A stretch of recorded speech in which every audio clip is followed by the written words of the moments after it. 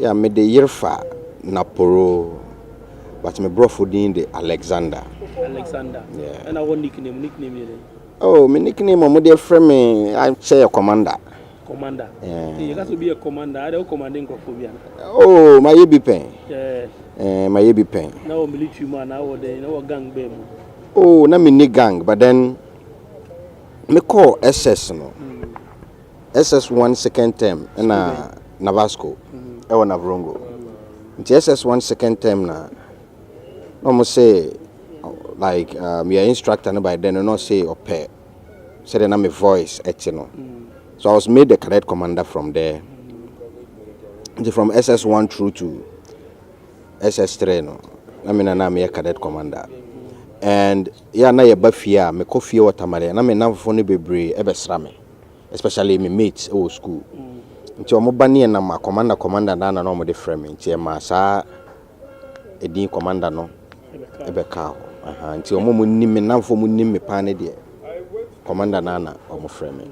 Me busua mu no sebi ya the Bible ya the aba ene ya de tete me ma may her soul rest in peace. No a trained teacher. My papa that's what he has. Also a trained teacher, but no a tradesman nibino. Aha. And you know, omo yeah miensa. In fact, yeah a nine mema miensa or babako. And you know, says that me kind me fear a fear sebi on fankwasa sama maho. Oya kwala just say untimi nye ne opewo. That one there is out. My first blackout with alcohol was around 7 years, and it happened when I had the access to a room and now omode nsansi. Now me papa na me akwala me on be okotoni beer golda obenomo a be ho na ode kakra go crown cock ne mu. No they so menum edu baby no na sakran cock no enso nti o so penny emu so kakra ebedu baby na akoye say we say e half na half no enso no it won't serve purpose nti ono so ye menso aye moame, so it meant that the quantity had to increase. Now near make we nyina ne say nyese me pese me kire say na me papa nyese na nyese me pese me kire papa ni papa bone there be, but na ne oye ni nyina he was doing it out of love. And I me who said the way ewo ebusua bebre mu enne kra ye kase yi say bia mpanyufo ti ho mu die aduane bi akwala ba ne yesi som ne ate ahye na no na ne ate ahye ne nsa e bia ne papa ennom bibi na akwala na aba na ose je kakra e bia na maame e de na pie omu didi ba bi ne bia particular aduane bi wo hanka ensese abofra ne be di at ne age ose obaje kakra ne kwatena se na wo ha madwen ni nyina no awo 4 years ade no, not because they hate the child, but they do it out of love. Say bia wona ba akola na ehwe no dodo nti o de mane kakra bi na onko pepe bi ntina. Aha. Nti yes, na me papa ma me kakra. But then edru baby no, as a me career in addiction no started when I was very young. Nti me pa no so o papa ma on na onu hanu mu ne na on so yo mu the same thing. Oh, omo no so omo yempe no omo nyinse omo yempanyfo. But one more bi omo anya that opportunity no. As at the time na me ya bofra me nyini no na as nema mu ye kakra e wo fie. Aha, nti no at least na sa de no ho. Na besides that no so na me mama apart from teaching na no ye no so na osan eno this local pito. This local beer. Aha. Esan bakuma say those days e be fa appetition barrels. Eba ton like gallon the ma omo so bebe to be akoton. Oh, na make no out of it's more like out of life because I remember saying na mo JSS kran bi ho na run shift system you ho yi.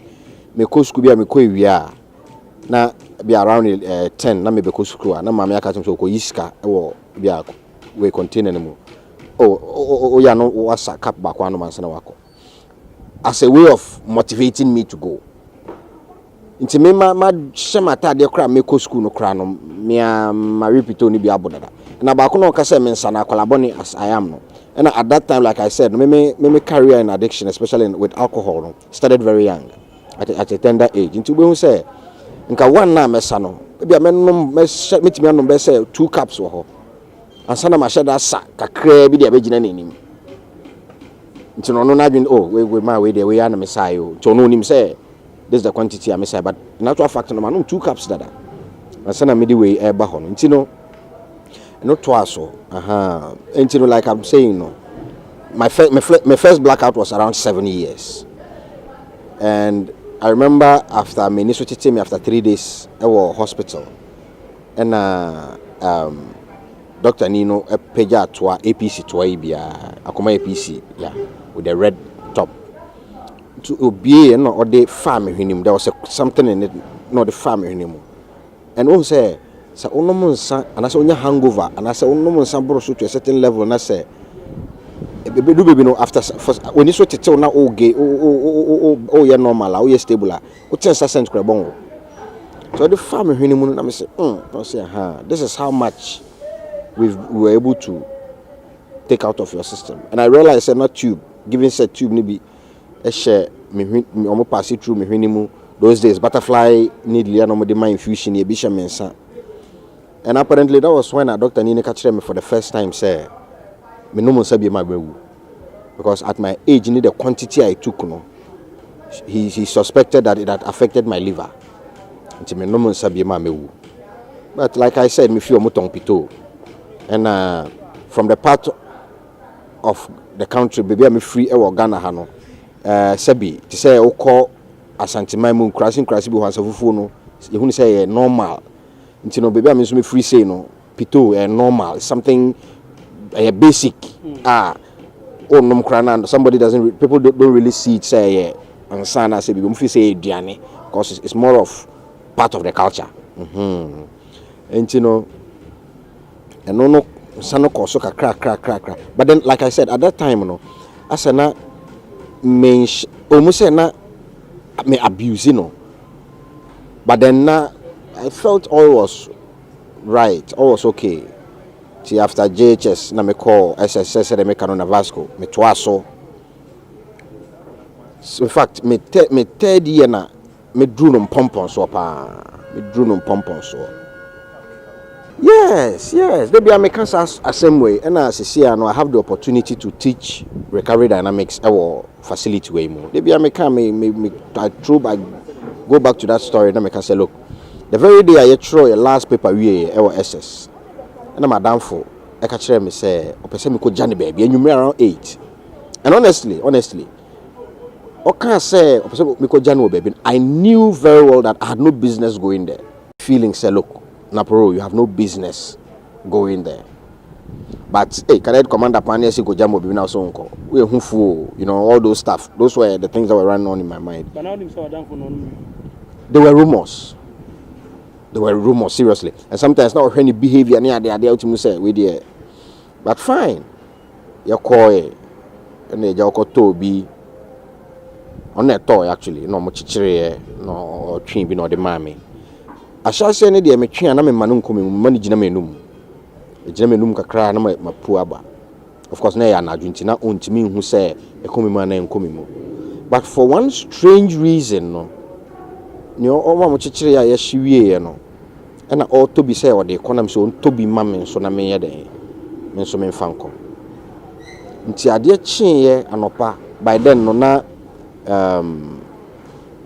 continuous students no ekofie just final year nti anopa na me wura ye PPC mu nti ho na me wura mu na me koso nti ho na me nya abotre etwi no kakra sa It's me, the more I made who say I started having this feeling, this euphoria, you know, this feeling of excitement, being, you know, I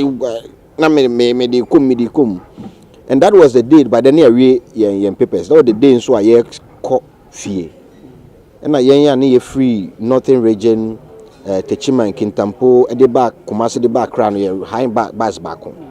So they be a very convenient am until do tamalia no mombe wale no mombe sesi in that order kopim se be dru akra you know ya pack here near man I made that from in fact bus na mpm free school gate kra na me die sa nka me I was me see Kamina barracks or tamale obi na tape me say obi na esi ono so free tamale ho but then ono somewhere around Ministry of Agric. That's around where NHIS national office no one. O sinu no tape me say commander akushe ada wunsi ana am so ya dru ho se me madru me junction ho tina was say misina me sign faka akomechi. And again no tamale ho no so it was easy to get access to marijuana in the sense that na me wo madam for girl be or me JHS mate ni fie in fact say ni feature no mo ton bi ofie bi mo and lady bi ti fie ho na o ye na dam for pa intino me kwa under the pretext say me kosra na dam for no na me dey bi asika ma na say o to be mame. So that was how it continued for some time up to somewhere around 2010, between 2009 and 10 no. I said me for one strange reason me break it briefly from marijuana no, but insanity and amenum be a beer. I even went away a bit from the hard liquors, but of course ni nyina ya de corona until insanity and me go so me koso amenum your call functions your call programs me nom beer na my favorite gold up men kase me say anom nsa but like I said my favorite gold up you know na your call functions near there as usual me no mensa near there na nyame adom like I said me third time I make sure BEC SSC na me say God nyankopon de chair me pass ni nyina very very well. But by that time you know I had always said to myself say me person me go into more of ejuma me de me nsabeye me say me tena say office near there and it's not really my thing. And you know me imagine so okay if that is the case I go polytechnic. And my family were in support. Omo de baby omo so obeko bia na say education nko ade a bosia kwa na omo bebo e dey support what they will do it. And that is one good thing about me bosia nyankopon de me aduamu nhira nyankopon de ama me no. Nti no me gain admission to a polytechnic. Me nya marketing. HND marketing. Nti no no at that time like I said within that period no we need them a jai, but be any day periodically day, at least a bottle or two a day there, and they're bad. For one strange reason, a guy who came and rented a room in my house, the house I was also renting in Koforidua town, I'm in T campus. To say said the guy na madam for na SS. Baby, I had the feeling that it was a wrong place to be. I had no business there. No. The same thing. Na guy we catch him so minko jano na wo baby I call free range so minko jano but that guy na dey na e ade a me hu ye but na me nim say o be a ohye onom wi again minko jano no very young younger far younger than I am no so minko jano but we were very close friends and I make your call e nti call no twi no ko nre no mu kakra. About 10 minutes time na me started say me TV ni sent no na me friend say ana wo there na wo ya no me no akọ baby na wo atwe ho akọ baby no so o say na me say o mra o so o na me so the fabra. So that was how I started again. Of course I had just gone on a wagon just na nom na men nom but I still had that in me. So that was how I started smoking again. And you know me started say me num edu baby na me landlady me no fie mo but my landlady complain say as notice me behavior as me so say I took less interest in keeping myself clean near there. They need me personal space near there. So my elder brother just can't say my brother be some na me deny. And then some people who probably might have seen me come out of that particular bush, one too many times I no more notice say before I obi be pie free hono ya na ho bon wi ni ade no had reported to my landlady say abranti ya say onum wi, and she also intended told my elder brother and I denied it. And so the funding that would come from my brothers for my upkeep for my TNT to school and other things it reduced here as a way of really seeing say no crese me ye bibisa But when addiction stepped in a Sunday morning, I see and you no started through and see be school men call because a mrena I was a medical school maybe at that time I feel I mitigate to a me person me shake akra. Na me share ni nyina no na emre ko o me fa one row ka ho na me nko na obi aba o chale pass me mo be pass ewie no so aso bi na obi ho na nti bi ho na timi du na otwemi sakra na me nan si school mo ho na me my excuse so ma tu kwan my essay nti no to cut the long story short about my tertiary education no my 2018 me na me sim pese me 2018 my mother Efrimu after a brief illness. Na no wechi no. I said na still na me shade who said there was something wrong. Anje bia na oba na nka me na hihya aware. And so I can say there be ontimi biem. I don't know ka to ontimi biem. Well, first na me feel say ni timu na eden. I ascribed a lot of reasons to near oil, but then me kai say on one too many occasions, Otimi catch me say, oh, ebe ya giant sano ne numri, ebe ya jaiwi ne numu sano, ebe ya tiso, and you see, adeba kwa ewa say etiefo hu ne say enye ensa, enye wi, enye drugs anabibi, but say ye wo suban bi mu in general. Na adofo anabusiafo ehya asese omo ka se ebe yi a omo pese omo kire se dan ho a na che se problem ho na che se omo hu se e de wo kobone nti no ma me a lot of alternatives, but I thought let me feel so domiama say or want me take such an action. Nti me mama wu February 26th. Funny enough, it was my birthday, or should I say strangely, coincidentally, na my birthday my order. February 26, 2018. And oba so e jame 14th June 2018. Ti barely 4-5 months down the line na oba so ene me jai. Me amitimu se e me na me mas ade ne bae. Because meneno ewo ho no na bibia nkyere se obeda sa suban na edi a kyere me, but me na me ma ho kwan suban na me wom ne sabi na enye suban a ideally oba be pese me kra no me pese me nua ba be ware be ma onom nsa no wi me no I'll have my own reservations to that, you know. Why would I expect someone's sister or someone's daughter to marry someone like me? But at that time, the honest fact is that na mention that in the light. Now, me can me say me and I'll have my own reservations to say obi member me nua ba worry obi onum ri nensa. The entire make say reservations am anka say me mpene ne say. And na me no uti hoyi. Me da nyame ase say enam program we nti amama be hunu say obi no nsa and as obi wo this condition ni bia me sisi anom once at first year kasa nyina was being a bit raw, but I'll be a bit technical when it comes to this part.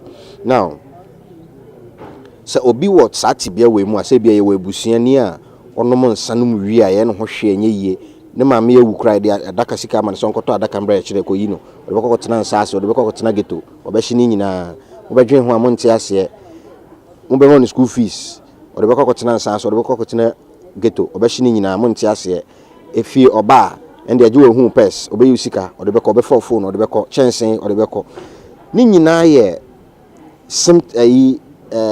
symptoms my name said they can watch, but ni nyina ye the symptoms of the disease of addiction.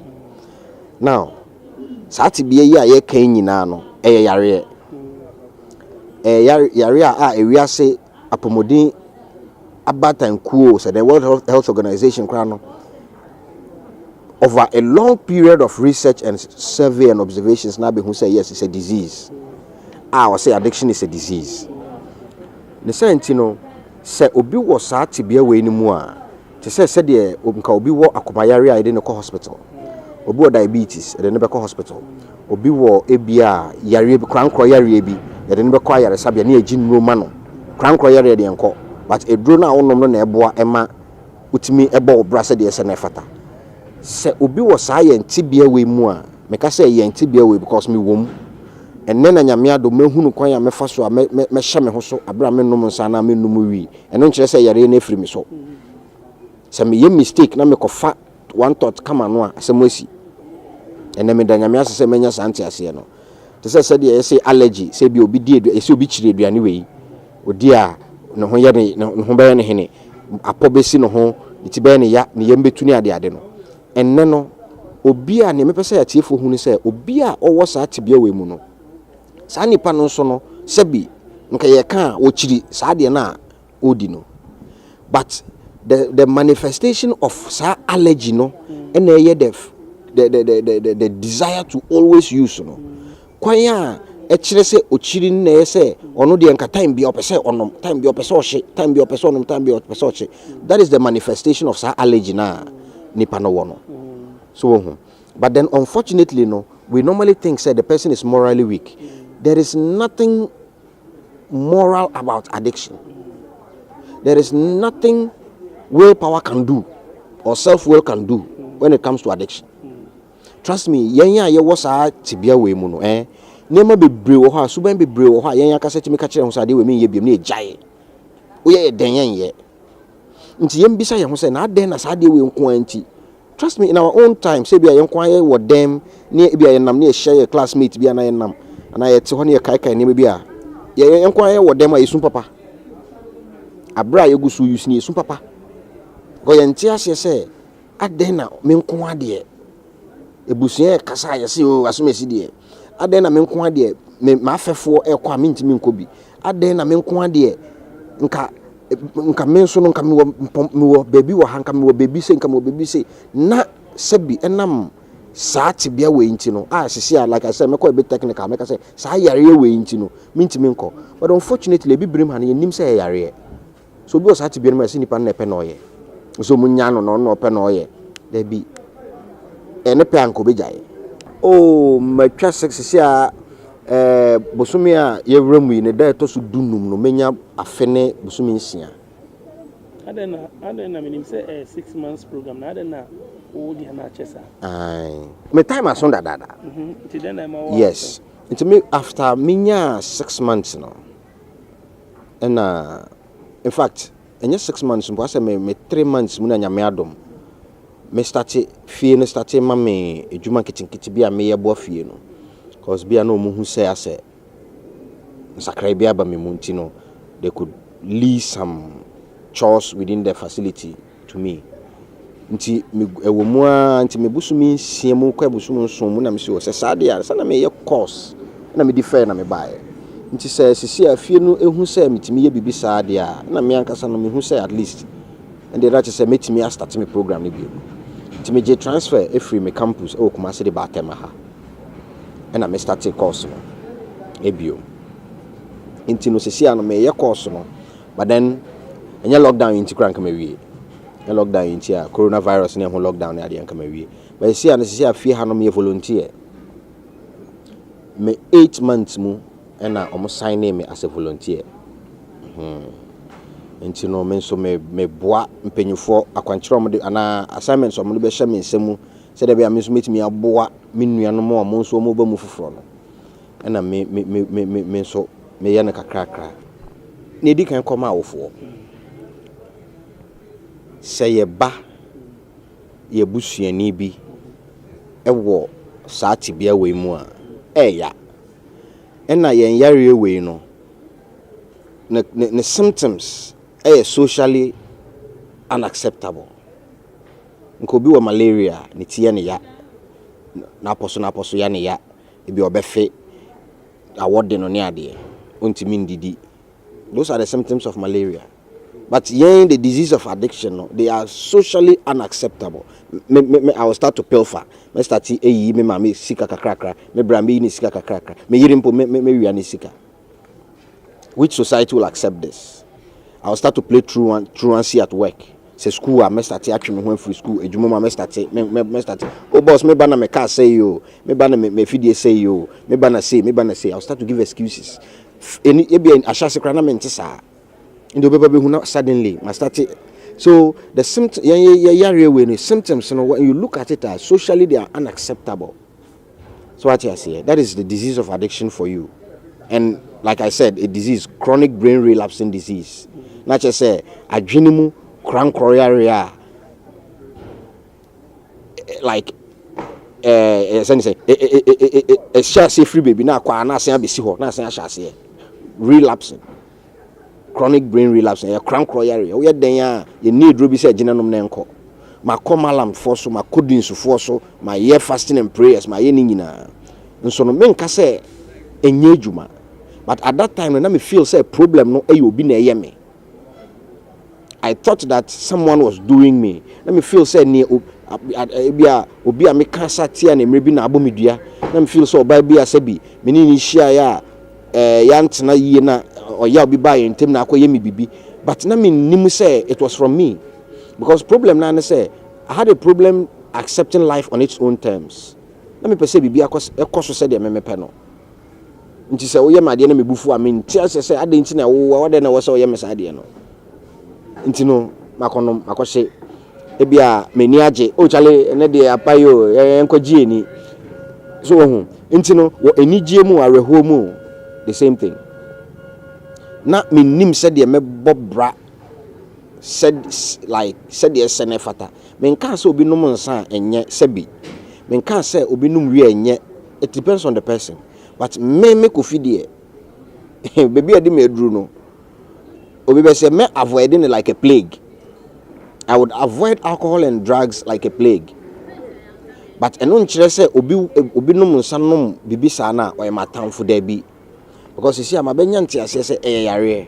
This said na make no to ebusuafo. Omo hunu sa nipa ne say sebi yare. And as I dey we so etimi de wo. To say obi wo diabetes so etimi de wo, hypertension etimi de wo na crankro yare bebre ho etimi de wo no.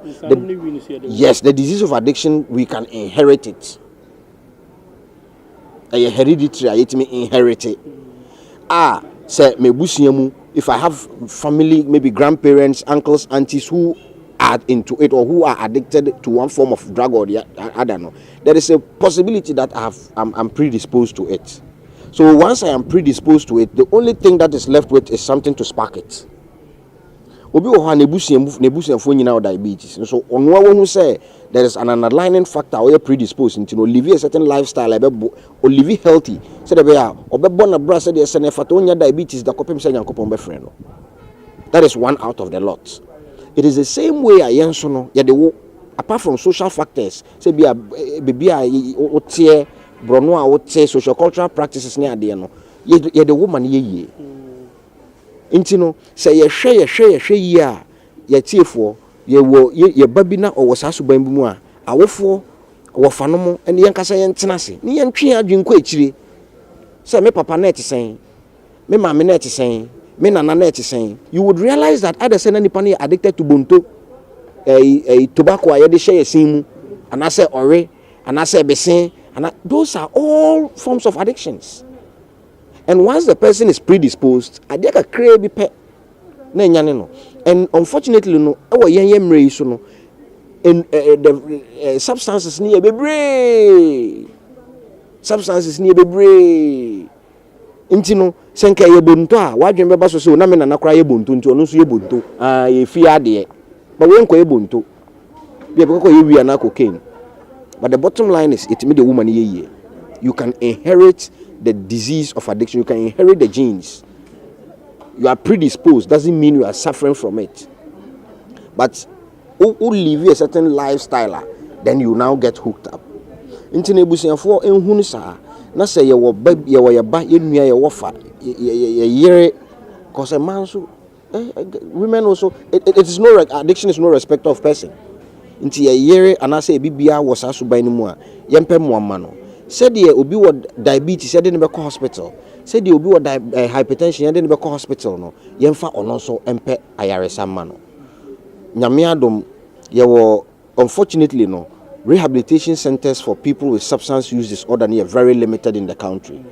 But mejidi say timaimofo ema ye ni ko ho na say yenso ye de ya no etumwa ebema ankrankra ene aban aye bibi medikan ka ankrankra ansa na aban ebema ankrankra ne aban so ahye bibi ase te say House of St Francis here mememum de bia meka say agemenkwa because your program here ye wo hai ye ni magic pill a beka say num ne da num ne de bia say kopim say obewu e say mia menya ntiase no te say de meka no mia menya ntiase no say problem ni free abonten the problem is not from without, it's from within.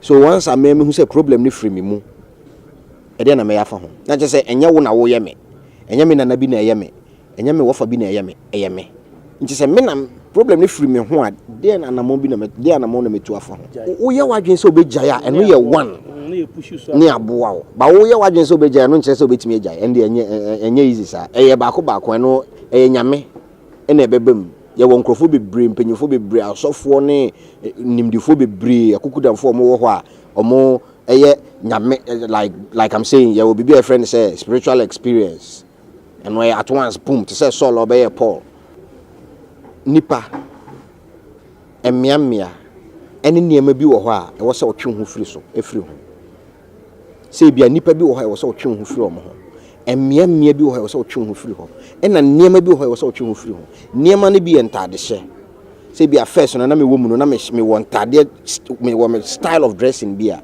my free mu no once I am changing no it should be a total this thing your statement be you say near ye just to have a character change sufficient enough for the recovery.